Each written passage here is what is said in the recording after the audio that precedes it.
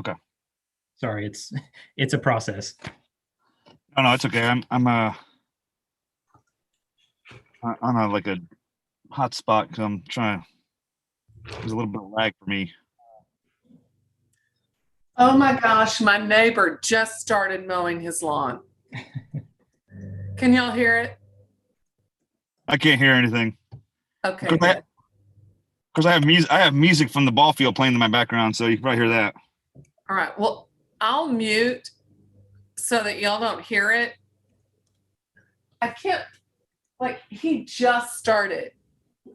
Brenda, if we need you, we'll let you know. Trust me. Okay, perfect.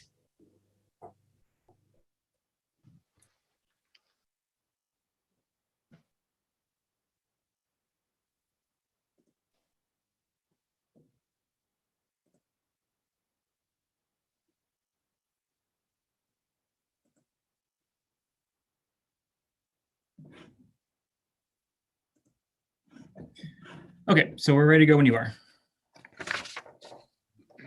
Great. I'd like to call it to order the Wednesday, April 21st, 6 p.m. regular meeting of the Planning and Zoning Committee for Sunnyvale. Members Mays, Kline, Childers, and Hagen are present, as well as the attorney, Ms. McDonald. I think that's a quorum for us, right? 5? Yes, sir. Great. So moving on to the consent agenda. Does anyone have any items they'd like to pull off the consent agenda? If not, we'll go ahead and make a motion for approval or take a motion for approval. I'll make a motion to approve the consent agenda items. Perfect. I have a motion. I'll second. Great. I have a second. All in favor? Is there any opposed?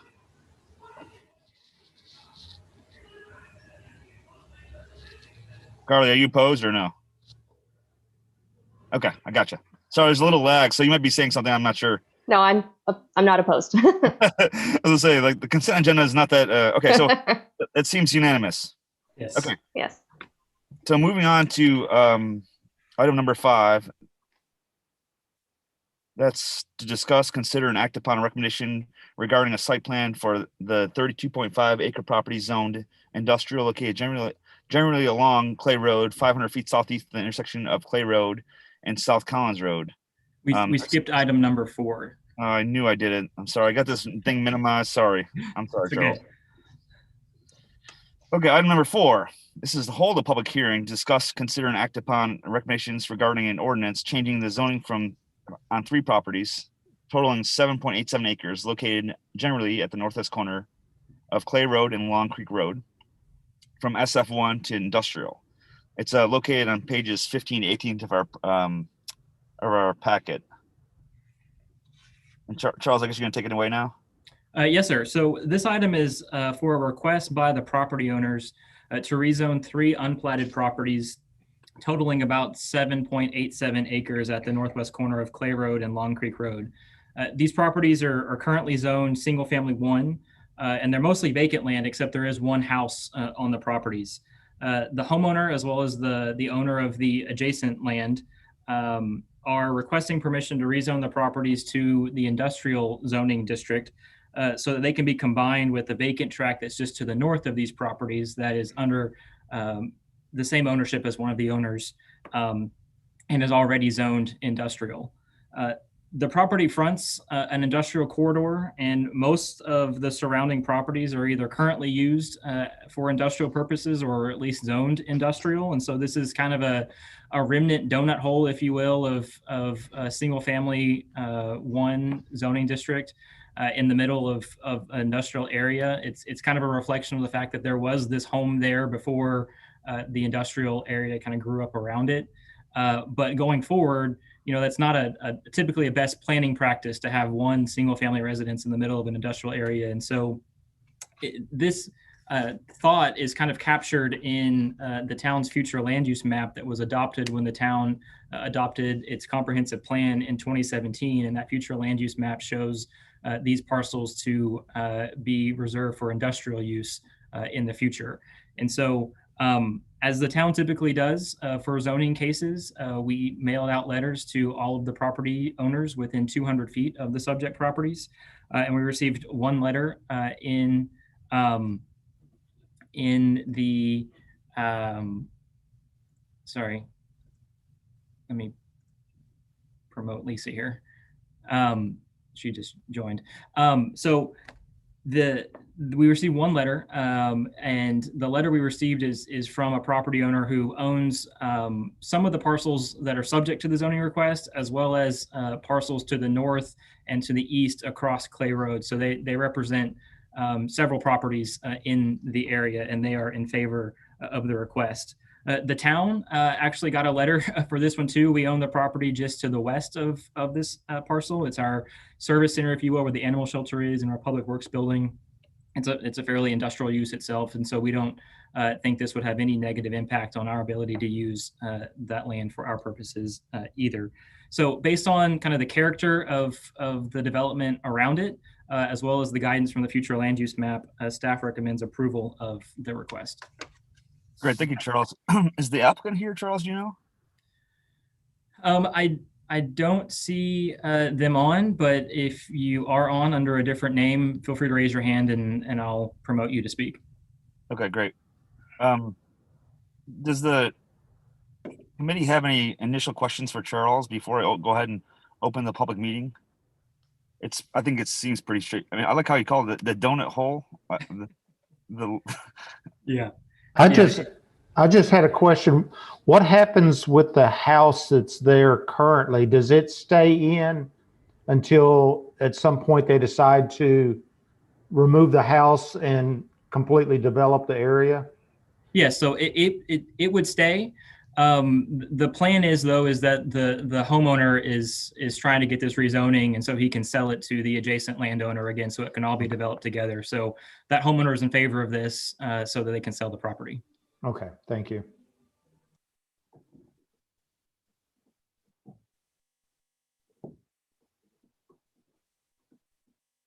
If there's no other initial questions, I'll go ahead and open the public meeting. Is there anyone from this town that'd like to speak on this matter? If so, could you just please raise your hand and we'll unmute your mic.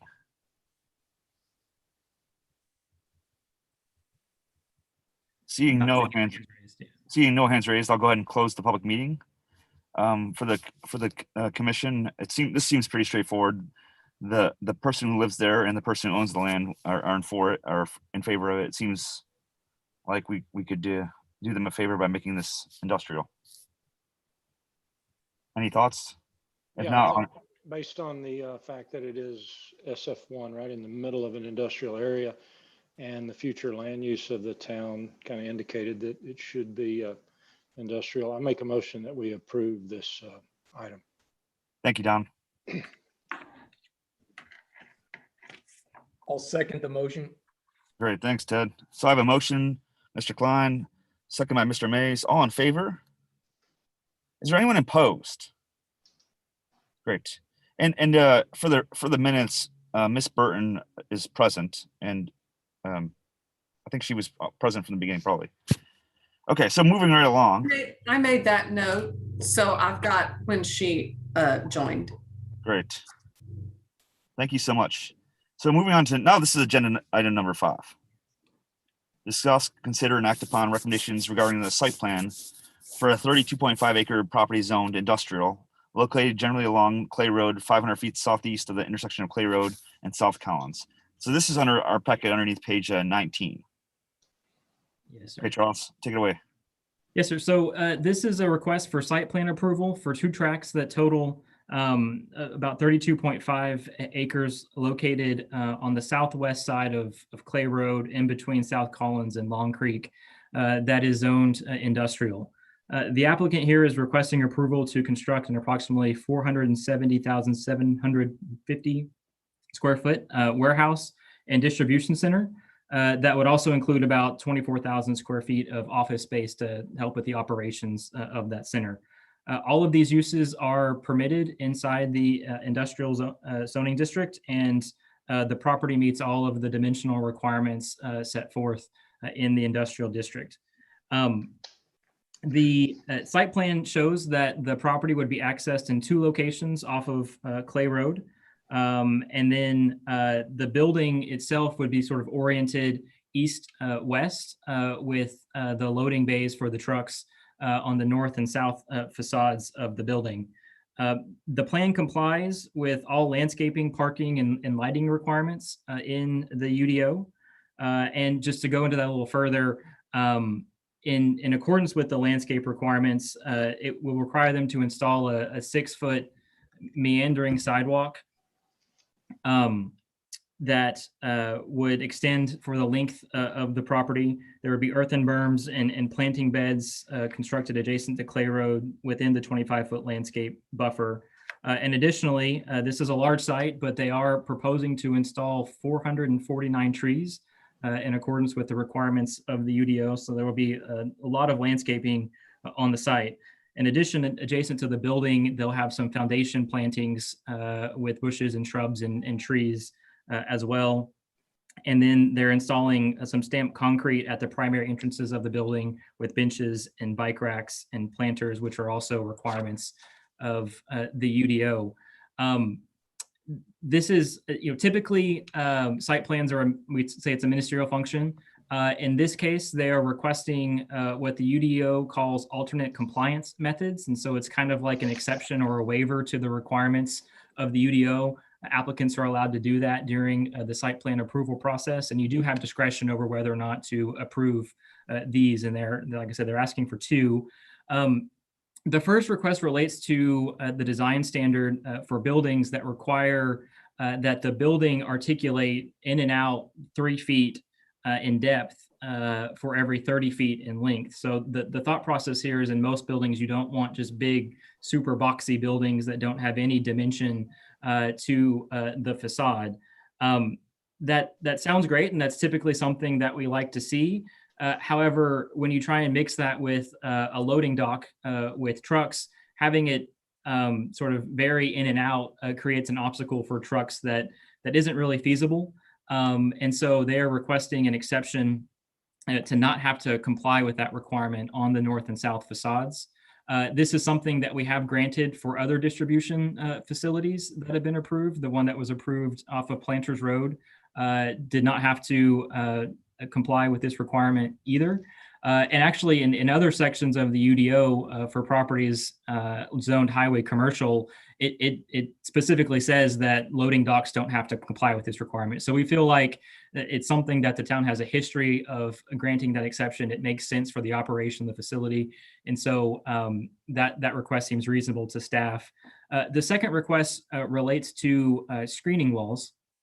The UDO requires that storage and service bays be screened with a 7-foot tall masonry fence or wall to match the building. And then elsewhere in the UDO, it says that whenever you have any storage of commercial or utility vehicles, those have to be stored and screened from view. This creates a little bit of a challenge when what you're talking about storing potentially is truck trailers, which are taller than most typical storage. And so what they're proposing to do is to kind of have a mixture of not just a masonry screening wall, but also have like a concrete masonry base with a wrought iron simulated fence for the rest of the height of the fence up to 9 feet, but also mix in some landscaping to kind of soften that screening wall. There's a significant amount of screening that they're having to do on the site. And so this would look kind of jarring from people that are driving by the site, seeing such a long, tall wall traversing so much of the site. So having this sort of mix of materials and landscaping kind of adds some visual interest, softens that approach or that view, I mean, of the screening. And, I think this actually is a benefit to the town that in the end, the property will look better if it's just done through landscaping as opposed to just a solid wall of one material. And so we believe that's a reasonable request as well. And so we'd recommend it forward for approval. Thank you, Charles. So for the committee, you can find these alternate compliance methods on page 20, I think. and they're pretty straightforward. And I'll agree with Charles on the one that talks about the screening wall. You don't really want to see a 9-foot, gigantic brick wall in your face. So I think that if a developer's willing to do this for us, it sounds like it's the best possible scenario for me. I'll welcome comments now. No, I think the loading bay or the loading docks are going to be on the inside of the two buildings, really not really seen unless you're in between the two large buildings, which I think is very reasonable that you don't want to do any articulation there. And the way it's described and the way it looks in the meeting handout, the screening wall, the way they're going to propose to do that, I think it's a vast improvement over what it would be if we just went with the basic standard wall. So I think both of those two requests are very Yeah. good and beneficial. And I would go along with those, both of them. I would have no objection to both of them. It seems like it's better than actually following the straightforward UDO and the zoning there. Yes, I think so. Any other thoughts, comments, questions, concerns? Is there a requirement for the size of the trees? I know they're planting 400 plus trees, but is there a size so that they're already, as soon as they're planted, they are providing some, I don't want to say blockage, but they're big enough now that they will help with the visual appearance of the building? So the UDO requires that they be installed at a minimum caliper inch, so how wide the base of the tree is at 3 inches, and then 10 feet tall. Now, what we've talked to the developer about is once the landscaping is installed, it is our expectation that it does provide sufficient screening to achieve the intent of the UDO. And so that's kind of hard to tell until you get out there and everything's been planted and you see it. But we've made the developer aware that when we do that inspection, if we think that the landscaping is insufficient, or we need taller trees, or we need an extra tree or bushes or something like that at the time, once we see it in the field, we'll address it prior to the issuance of a CO for the building. Okay, I just want to make sure they weren't going to put in little small trees. So obviously we have an opportunity to correct it if they don't put the right, big enough that it provides, I don't want to say it, I'm not even sure what the word is, but it blocks the public's view to the building. Yes, sir. Yeah, on their plant list, all of their the tree sizes are 3-inch caliper. Mm-hmm. And they've got like 62 live oaks, 67 Shamarty oaks, 30 bur oaks, 41 cedar elms, and they're all 3-inch caliber. They're putting in a lot of large. That's fair. That's about what we put in Stony Creek, and I think in our developments, in our residential developments. So yeah, looks like they're going to do a good job on putting in something that's not a twig. Hey, Charles, I got a question about just the traffic pattern. Mm-hmm. If, that many trucks start moving down there and they're going to be heading back towards Collins, is that road that's being expanded there going to have a designated right turn lane to head towards 80?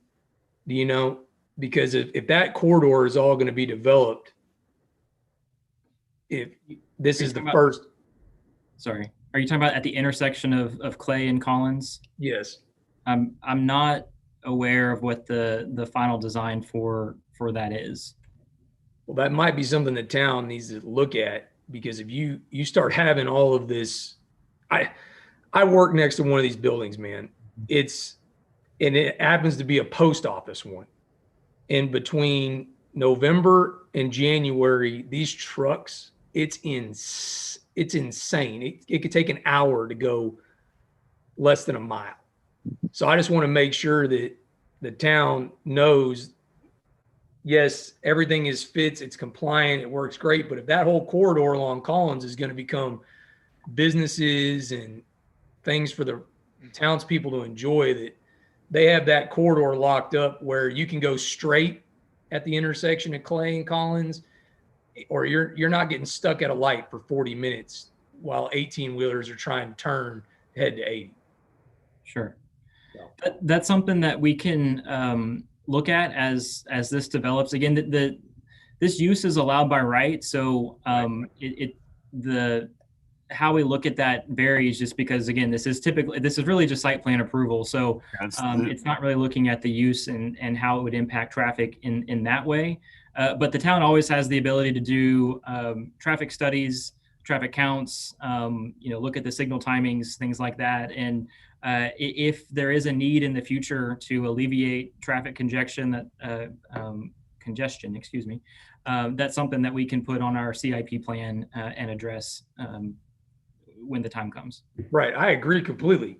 The whole thing looks great. You're not going to get a better deal proposal. I'm just saying you definitely want to be prepared for that intersection to have a traffic impact, even with everything is up and on board.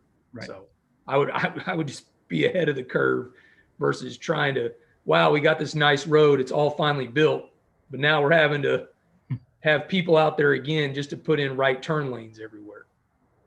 Understood.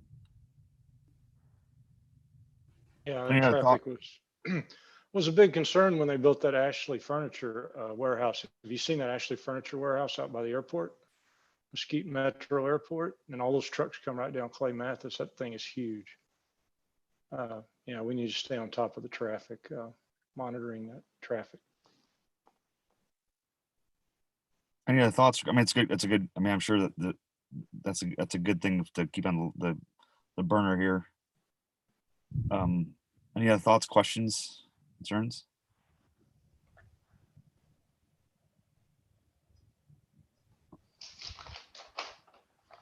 I'd make a motion to approve.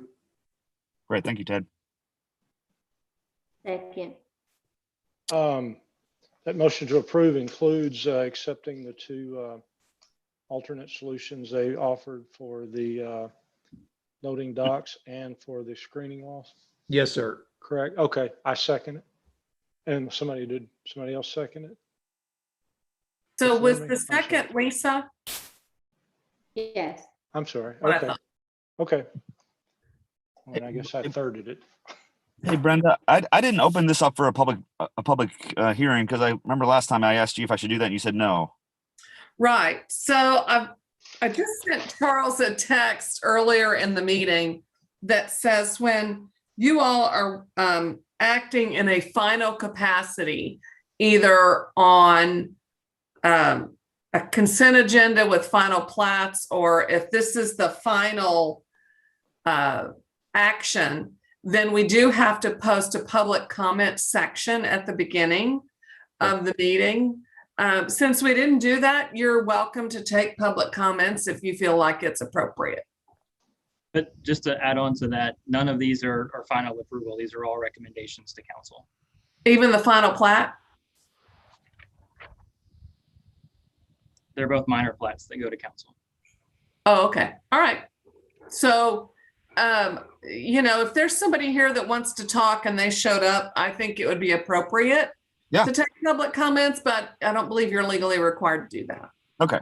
Charles, do you know if anyone wants to talk on this matter? The applicants are here. So if they want to talk, they can raise their hand. And there's only one person that I think is listening in, but they can raise their hand as well if they'd like to.